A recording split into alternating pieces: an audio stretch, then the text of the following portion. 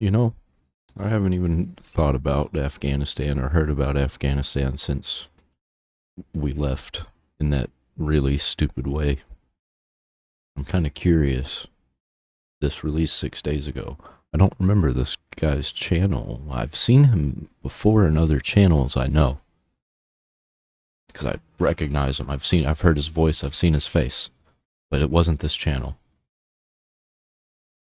Hello there, everybody. I just wanted to take a moment to tell you about something that's become a key part of Nick. Plus, AG1 is NSF certified for sport. It's a global gold standard. It means you're getting the highest quality ingredients with no compromises. No gluten, no eggs, no sugar added. It's nut-free, it's dairy-free, it's clean, and it works. So if you're looking to simplify your morning wellness routine, invest in health, and prioritize your gut health, AG1 is the way to go. And here's the best part. If you click the link down below, you will get a whole year's supply of vitamin D3K2 and 5 travel packs absolutely for free with your first purchase, which is fantastic. Thank you to AG1 for sponsoring, and let's get into it. Just before midnight, local time, on August the 30th, 2021, Major General Chris Donahue boarded a C-17 Globemaster aircraft and issued his final command to American troops in Afghanistan: flush the force. Within 10 minutes, Donahue's plane and the 4 others on the ground at Hamid Karzai International Airport took to the skies, presumed to have been carrying somewhere between 500 and 600 American troops. As they lifted off the ground and traveled out of Afghan airspace, they marked the conclusion. Isn't that the plane that people tried to hold on to as it left? And like a dude actually stayed on it and dropped out of the sky and definitely died. Not only to almost 20 years of continual occupation of the country by American forces, but to the weeks-long dumpster fire of an evacuation that had heralded their leaving. Now, we've already done a video over on our sister channel Warographics exploring the disaster that was the American withdrawal process, but today we're going to look at what exactly came after. With Afghanistan effectively ceded by the Western world, it took almost no time at all for the entire nation to be brought squarely under the control of the Taliban, and since then, Afghanistan and its people have been embroiled in economic and humanitarian crises. The Taliban appears to understand acutely that the United States has washed its hands of the whole Afghanistan affair, and with few outlets for relief left among the Afghan people, the situation there may only get worse. You don't say.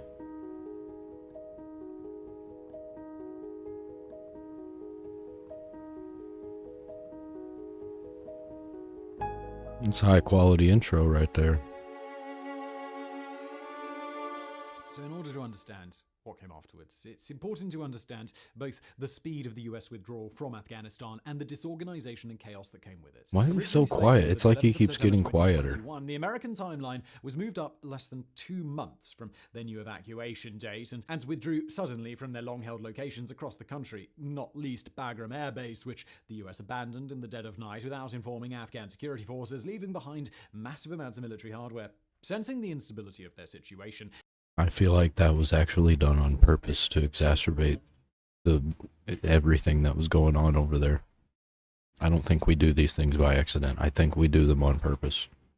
The Afghan security forces essentially collapsed, and Afghanistan's major cities fell to the Taliban basically unopposed. The US-backed Afghan president Ashraf Ghani fled the country, and the United States was forced to conduct haphazard evacuation flights on an airfield that was at times swarmed with Afghans so desperate to flee the Taliban that many were documented falling from the exterior of US aircraft. That's the one. Where they attempted to cling on for dear life with little hope for their own survival. The civil and military leaders of the United States and of much of the world were shocked by the speed of Afghanistan's collapse, and in an effort to simply escape with as many lives intact as possible, the United States made no effort to oppose the Taliban from assuming full control of the country. So, then, big question is, who are the Taliban? With a name that translates literally to students in the Pashto language, the Taliban are an organization of Sunni Islamist hardliners originating in northern Pakistan during the 1990s.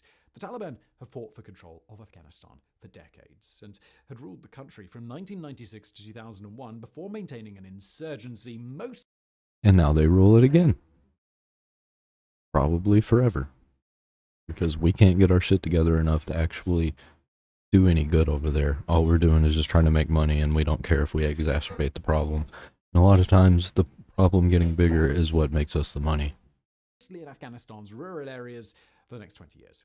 Although the actual American withdrawal from Afghanistan took place under the watch of President Joe Biden, it was his predecessor, Donald Trump, who negotiated a peace deal with the Taliban in 2020, an agreement in which the Taliban made commitments to a series of peace talks with the internationally recognized Afghan government, but which did not include any way to enforce compliance. As should probably have been predicted, the Taliban declined to negotiate in any good faith with the Ghani administration, and when it came time for the US to depart as promised, the Taliban maintained a healthy perimeter around the Americans while swallowing up the territory that they'd coveted for so long. Now, as part of the peace process, the Taliban had made commitments to more modern, westernized principles of governance, that all girls should be allowed to be educated, that Afghanistan should be kept safe and free, and that the rights of all Afghans, including those who did not agree with the Taliban's goals, should be protected. In this realm, Yeah, and none of that actually happened.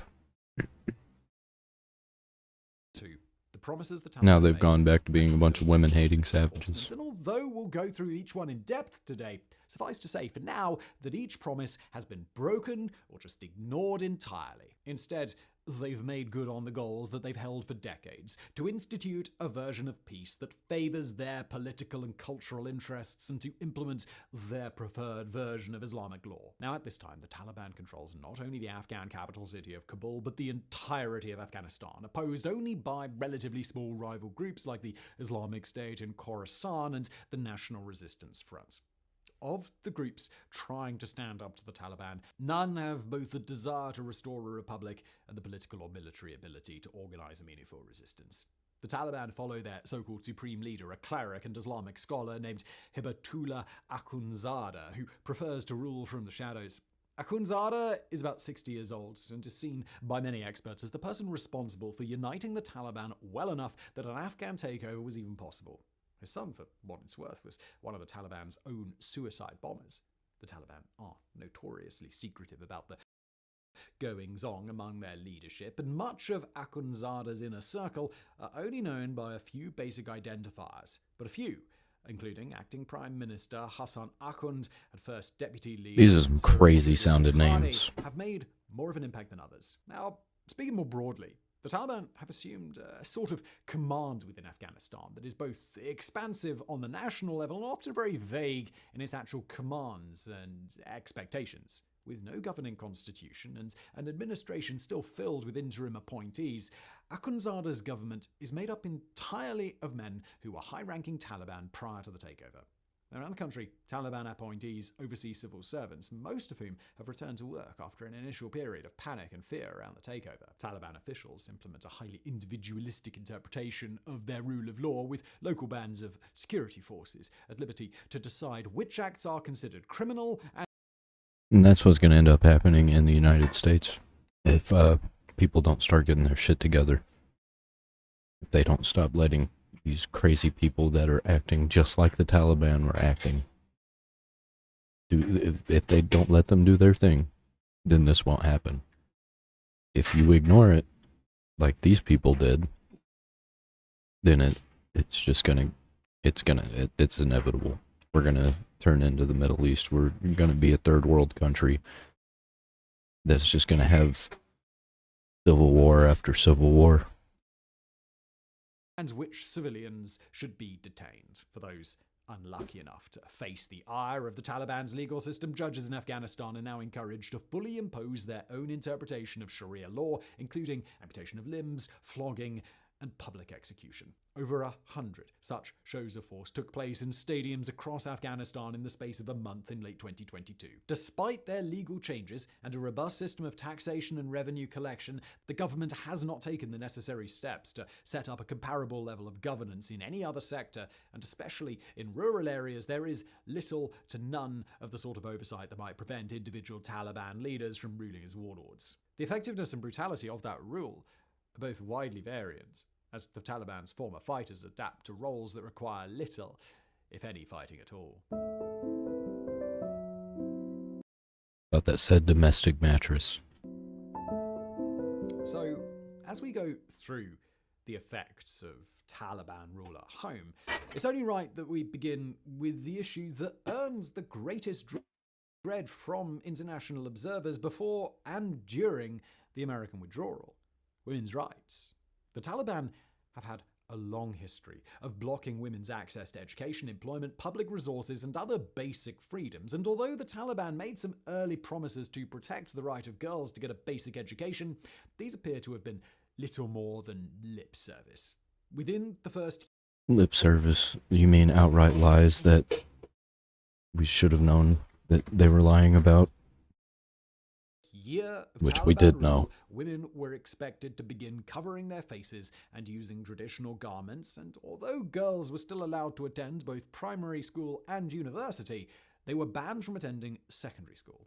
Effectively, this would have allowed the Taliban to phase out university education for girls much more quickly without the sort of international outcry that an outright ban might have brought on. But the spectre of controversy appears. They have universities in Afghanistan? I mean, I know they did, but like, they still have running universities. I don't know what the Taliban's done over there. I don't know if it's just absolute chaos over there, or is it just about like it is everywhere else, like Israel, where it's just popping, you know? I have no idea. Not to have mattered that much at all. In December 2022, women were banned from attending university completely. Women were also banned from working for NGOs and aid operations, an act that both removed one of the few remaining avenues for women to support themselves and also hamstrung the ability of NGOs to operate in Afghanistan at all.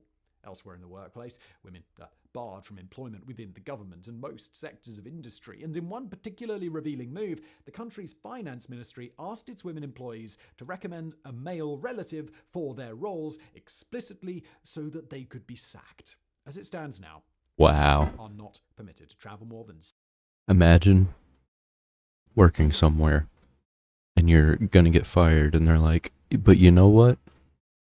We'll let your brother work here in your place. Yeah, man, I'd be so pissed. 70 kilometers without being accompanied by a close male relative, and pharmacies have been gutted of contraceptive medicine while the quality of healthcare for expectant mothers and their newborns has continuously declined. The Taliban are believed to be considering even more repressive measures against women and girls in the coming years, especially since the organizations that women have relied upon for support are beginning to close up shop by necessity. Primary education, in particular, is believed to be on the chopping block for an absolute ban. And it's not just women who've caught the brunt of the Taliban's discriminatory social policies. Members of Afghanistan's ethnic minorities have been. What kind of ethnic minorities are living in, no, ethnic minorities are living in Afghanistan? I didn't think there was anybody but Afghanis. Who would want to live in Afghanistan? No, thank you. Cleared out of most government postings and only minimally involved with the Taliban's decision-making. They are also prime targets for the Taliban's police forces and are subject to harassment and arbitrary detainment, often scapegoated as alleged members of local low-grade insurgencies in their regions. Afghanistan's LGBT population has faced targeted attacks. I'm just gonna go ahead and guess there's no gay people. If there are, they're in hiding. Sexual assault and risk of death, while internally displaced people within the country have been shot dead, held inside Afghanistan's borders, or denied the ability to apply for asylum. Cultural expression has been sharply limited too. These days, it's illegal to play or listen to music in Afghanistan. Wow. And popular media has been We need to nuke it, because it sounds like a shitty place to be. subject to careful It restrictions shouldn't exist, to places ensure like that this. the Afghan cultural life they portray closely lines up with what the Taliban expects for its people. Then there's the economy. Man, that's worse Prior than to the US China. withdrawing from their country, 47% of Afghans already lived in poverty, but 1 year later, that number had jumped to 97%. So high, in fact, that many Afghan families have been forced to resort to organ donation or the sale of their children for marriage simply in order to feed themselves. An international freeze on Afghan foreign reserves has left the Taliban utterly unequipped to respond, although it bears noting that the reason for the freeze, as well as the withdrawal of many major organizations, was due to concerns that the Taliban might simply. See, I don't understand people who would rather sell their children to feed themselves than to just do everything you possibly can to get out of the country. Because, I mean, like, you're going to die anyway. Just get out. I would rather die than lose my kid, and I don't even have a kid. But, like, I would be doing everything I could to be getting my children out of that country, and then myself. Because that's just ridiculous. Selling your children. Couldn't imagine. put that money into their own pockets. Although global relief has helped to keep most Afghans from starving outright, the population has otherwise gone without any meaningful sort of help, and doctors, lawyers, policymakers, engineers, and other highly educated members of Afghan society have left the country en masse. At this point, the economy is in shambles, and it's projected to only shrink further in the coming years. And just because Afghans aren't necessarily starving, there is a lot of room between starvation and food security, with the vast majority of the population far closer to having nothing than they are to having enough. In 2022, 86% of Afghans reported that they could not afford food, and over half the population, some 20 million people, are at crisis or emergency levels of food insecurity, according to the World Food Programme. This is the worst. And whose fault? Whose fault is this? Our fault. We shouldn't have ever stepped in. We should have just let them do their own thing. And I think that we made it so much worse, and that it wouldn't be like this if we never would have gone there in the first place. Level of food insecurity that the world has seen in over a decade, and in the face of depleted food stocks, Afghanistan's already low rations are expected to be cut in half for over 4 million people for months prior to the 2023 harvest season. Now, at the time of writing, the harvest hasn't happened yet, but even if it happens to be particularly bountiful, it would still only be a temporary stopgap measure before next year's lean months. If the harvest is poor, the situation is likely to get even worse and fast. Given Afghanistan's persistent droughts in recent history, it's difficult to be optimistic about this. And then there's public health, which would be a catastrophe of its own, even before the complicating layers of malnutrition and barriers to access. Several aid groups like Doctors Without Borders are continuing to do their very best to maintain emergency care services and treat the sickest patients, but with limited resources, their numbers haven't been enough to keep up with the outbreaks of pneumonia, tuberculosis, measles, and malaria, all of which have taken turns ravaging the bodies of Afghans who are already low on food. Afghanistan is one of only a few nations to still have the polio virus in circulation, and while it's nowhere near outbreak status, cases have picked up in the last year and a half. The country is also in a pharmaceutical crisis, with key medications no longer available, and many facilities lack the funding to even pay the limited number of Afghan doctors and nurses who still remain. And of course, no discussion of any authoritarian regime's sphere of control would be complete without touching on their attitude toward the free press. In the Taliban's case, well, they're not exactly fans of it. The leaders of the Taliban have been accused of violence against members of the media in Afghanistan, with deliberate media repression being more likely if a journalist is working outside Kabul or if they are a woman. En masse, media workers in Afghanistan have reported threats and explicit directions from the Taliban on what to write or what not to write about, with large proportions of that intimidation being directed toward potential stories about the Taliban's own violence.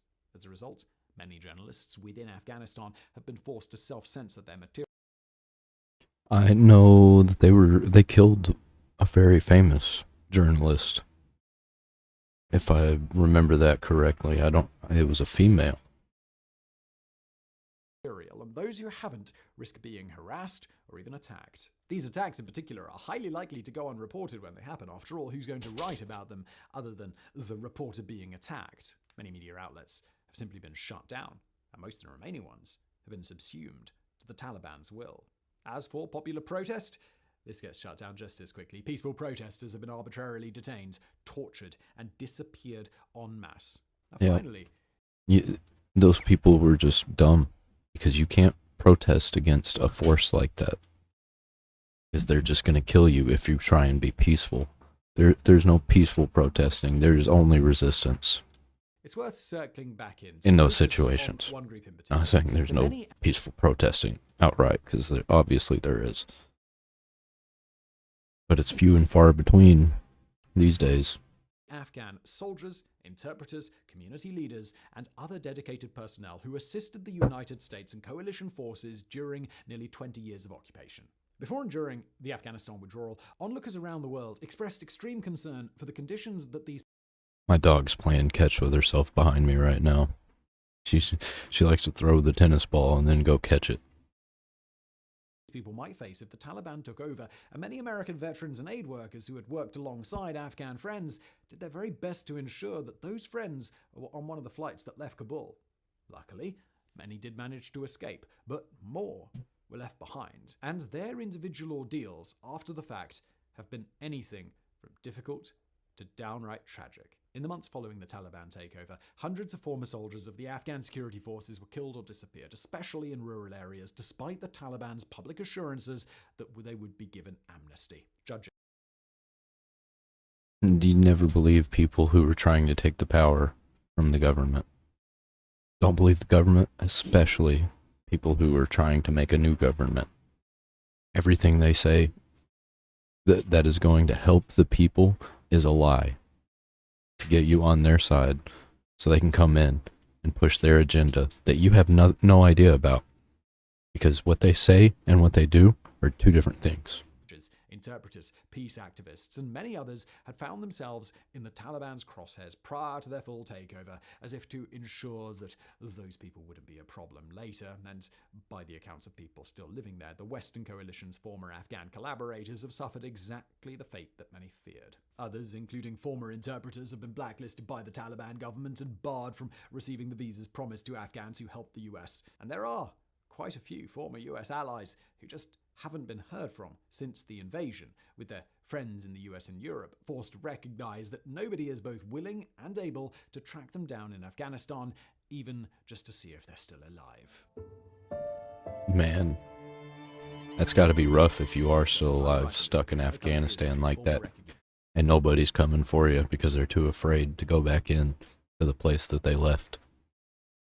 To the Taliban's claim to lead Afghanistan. That includes Pakistan, Saudi Arabia, and the UAE, which in their day were the only three nations to recognize the Taliban prior to 9/11.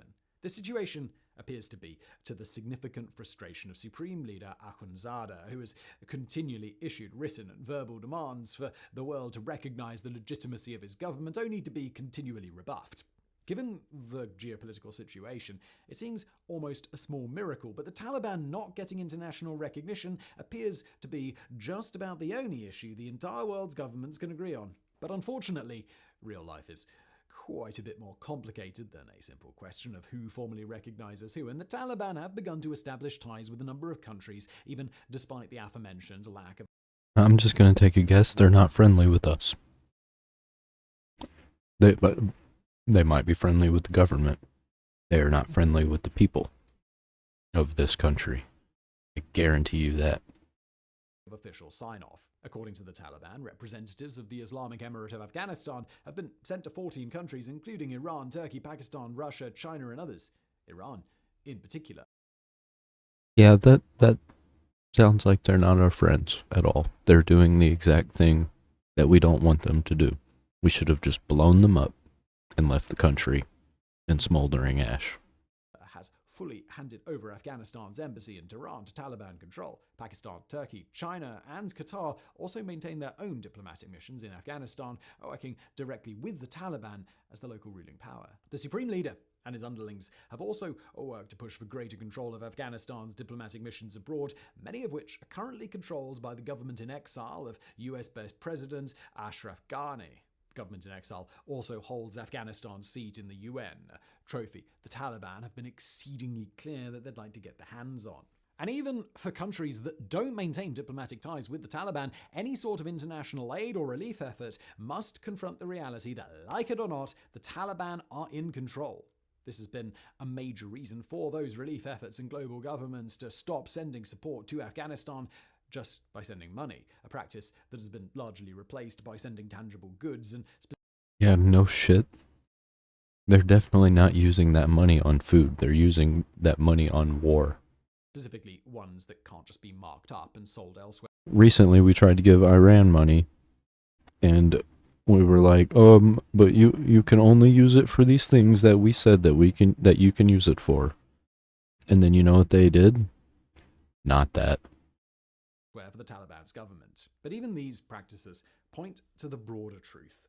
Any nation in the world with even a passing interest in helping the Afghan people must implicitly recognize the Taliban's control of their territory. They simply cannot be ignored, no matter how strongly a nation may wish to oppose them. The Taliban have also looked to gather investments and foreign backing from world nations, which has become more and more feasible now that they're beginning to be accepted as Afghanistan's leaders in some corners of the world. Companies from Russia, Iran, and Pakistan have agreed to form a consortium looking into the possibility of power and infrastructure investments, financial connections that will almost certainly play a role in dictating the Taliban's future trade agreements and even their diplomatic ties. This sort of economic partnership would go a long way toward the Taliban's hopes of reducing their dependency on Western aid in order to keep their people alive. After all, if the Taliban doesn't need Western money, then they have no incentive to even pretend to be playing by Western rules. And it's here that we get into what may be the deciding factor in the Taliban's place on the world stage. Whether or not they, like many other nations across the world, We're going to end up declaring war on them again anyway. I don't even see the point in all of that. I don't see why we even left. I don't see why we were there. It was just a whole mess the entire time. The entire thing was just a mess. are going to be subsumed It was into for a great profit. geopolitical game between China, Russia, and the United States. Obviously, the US has not made a particularly strong case in Afghanistan as of late, but many foreign policy experts within the United States agree that the only thing worse than the Taliban running Afghanistan would be the Taliban running Afghanistan with full-throated support from China. Both China and Russia clearly saw an opportunity in the US withdrawal, practically tripping over themselves to fill the gaps of economic aid, and Russia's willingness to come to an agreement with Ukraine to facilitate grain exports, even during the ongoing Russian invasion, has gone a long way to ensuring that the people of Afghanistan don't starve outright. But both nations have also got to be careful. Afghanistan has played host to attacks on their business interests too, and if the Taliban can't begin to bring the Islamic State in Khorasan province and other groups under control, China and Russia may begin to have second thoughts. On the flip side, China in particular may see an opportunity to become a guarantor of Afghan security, and it's unclear whether China would learn from the lessons of failed Soviet and American interventions in the country, or take the chance that they might succeed where both the major powers failed. Lastly, it's worth touching on the rising tensions between Afghanistan and its next-door neighbor Pakistan. Despite the Taliban's origins as Isn't Pakistan or Pakistan in the middle of trying to start a war with India? They can't handle Afghanistan and India. Pakistani, not Afghan Islamists, the two states now offer competing models of successful Islamic statehood, and border disputes, confrontational cultural exchanges, and intermittent clashes between Afghanistan and Pakistani security forces have led to a greater strain on their relationship. Rather than strategic assessment for Pakistan to leverage when trying to check a rising India, Afghanistan has become much more of an upstart little brother, and a parallel movement known as the Pakistani Taliban has even begun a terror campaign inside Pakistan's North Waziristan province. This rising flashpoint has presented both opportunities and challenges for the United States, Russia, China, and India, but what will come of the whole mess is unclear at this time. The future of Afghanistan. As Afghanistan and its people do their best to move forward into the future, it seems inevitable that at least in the short term, the Taliban will continue to exercise a firm and unyielding grip on the country. Much of Afghanistan's economy and ongoing food crisis cannot be dealt with without foreign aid. Foreign aid that will not come so long as the Taliban continue to rule. And so long as the Taliban continue to rule, Afghanistan's economic collapse and food insecurity will most likely grow worse. Under the Taliban's interpretation of Sharia law, the rights and freedoms of women, girls, ethnic minorities, and many others will continue to be repressed, and the many people who have fled Afghanistan to get out of the Taliban's crosshairs are unlikely to ever consider returning while the Taliban rule. There is, however, some news that we can at least classify as marginally decent. Specifically, that there appears to be trouble in paradise within the Taliban's top echelons of leadership. The supreme leader and his political allies agree that their outright and systematic repression of women, their increased isolationism, and their lack of enthusiasm in rehabilitating the Afghan economy are all part of the plan. But not every Taliban leader sees their structure the same way. Many among their number, including some of the supreme leader's direct deputies, see these measures. I got one thing to say about this whole Afghanistan ordeal. Something's going to happen to destabilize them. There's going to be an uprising. They're going to have some kind of civil war. I just guarantee it. Just wait until they start sneaking food around. As a barrier to the Taliban's long-term success as rulers of Afghanistan. Though it's difficult to refer to such measures as reform per se, some of these Taliban leaders do privately advocate lifting the ban on women's education and employment while beginning to more actively curate conditions in which international aid organizations might consider returning to help out again. For now, It appears that the Supreme Leader has thrown those proposals out of the window, and there are no direct outward indications that this sort of factionalism in the Taliban might evolve into a full-scale struggle for leadership or even an attempt of a coup. But reformers exist in every government, even if their ideas of reform are only a baby step in a better direction. And it's not unlikely that one of those reformers will eventually rise to power. There's also another element to consider: resistance. Although the few nations Vive la that do resistance. meaningfully engage with the Taliban are unlikely to try to force any sort of change that would be centered around, say, human rights, there is the possibility that Afghanistan may be able to fight for itself. The quick collapse of Afghan security forces prior to the US withdrawal have led many to believe that the nation's populace is flat out unable or unwilling to muster a defense of any less authoritarian version of Afghanistan, but the seeds of dissent do exist. The National Resistance Front, widely viewed Just wait until another country gets inside their borders without them knowing about it. Because there's a lot of people around that look exactly the same as all the rest of them. They're not ideologically the same. And they're not combatively the same. There's a lot of super soldiers out there that around in those areas. And it's probably not going to be good for anybody. Because it's currently what's happening in Israel. You got countries from all sides, countries that are fighting with each other that are fighting Israel also. as a toothless tangential threat for most of its short existence, has recently begun to pick up steam again, and while it doesn't have the capability to start a full-grade insurgency against the Taliban, it, and groups like it, may be the seeds of opposition that will lead to something greater in the future, no matter what the Taliban. I can't help but just to imagine everything happening on a Civilization 5 map. I can just see all these different colored shapes attacking the bigger shape in the middle. People do not like to starve. They do not like to live in poverty or die of diseases that they know are fully preventable. Afghan security forces under the US coalition were clearly not motivated to fight for the version of Afghanistan that America laid out, but forced to choose between the prospects of total ruin and the prospect of pushing back against the Taliban, it's not impossible that Afghans may commit some form of popular resistance. Now, resistance could just as easily mean anarchy as it could mean order, and it could just as easily take the shape of a virulent, hate-filled ideology as it could a commitment to democratic values, but those who hope for the Afghan people to stand up to the Taliban will likely be forced to roll those dice. With no help coming in from the outside world, it would be up to Afghanistan, and Afghanistan alone, to decide whether Taliban rule will persist.